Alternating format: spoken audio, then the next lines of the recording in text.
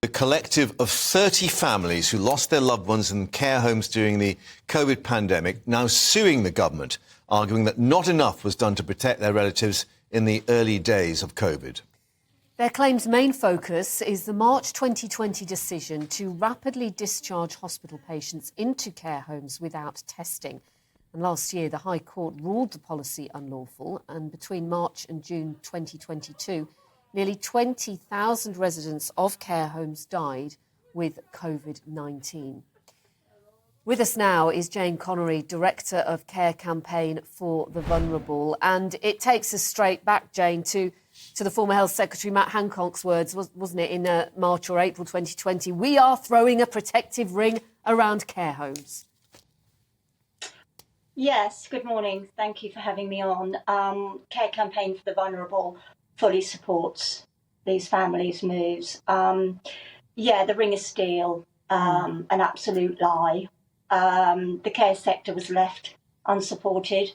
The care sector, particularly the Health and Social Care Secretary at the time, Matt Hancock, didn't adhere to advice from leaders that was saying right from the start, from care home managers, that they needed support along with the NHS, which incidentally was prioritised by the government.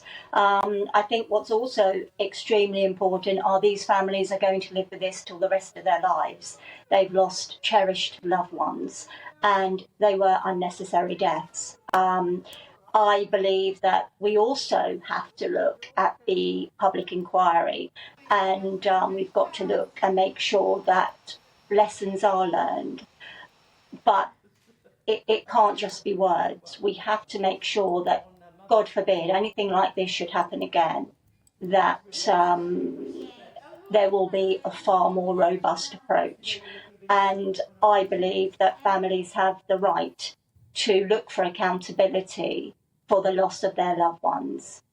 And in terms of that accountability and going beyond words, that the legal action is to pursue claims for damages for loss of life and distress caused. So it's not a criminal charge as such, but it certainly will perhaps result in some sort of penalty against individuals.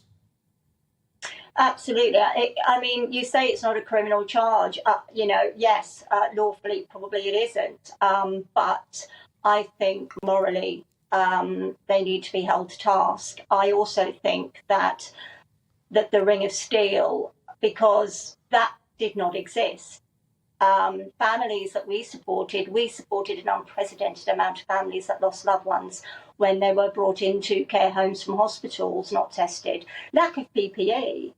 We were putting out trucks from charities to care homes because they were not getting PPE. It was an absolute travesty, and we have to look at the government and to see, yes, it was a situation that everybody was thrown into, but we have to understand that they were leaders and they absolutely left the care sector on its own. And that's no exaggeration. We supported families that they couldn't even say goodbye to their loved ones. That should never be able to happen again. When you look at the numbers of people that died, we had that figure just then, didn't we? 20,000 during the first 3 months, I think it was, of the pandemic.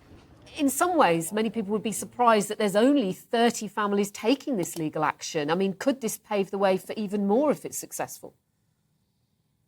To be honest, I speak to families daily, even now. Many are still in therapy, and they are so emotionally traumatized and exhausted about what they actually went through. They just want to lay down in a darkened room. They do not want to pursue because they don't have the emotional energy to do so. And I know that because families are telling us that. So these families that are brave, that are, wanting to pursue some form of accountability, I hope that other families will see that and get the strength and to follow their lead. It's been such an emotional roller coaster. And I don't think unless people actually lived through that in care homes and what happened, that they would truly understand. It should never have happened. And I deal with families every day that are traumatized by that. And I mean traumatized.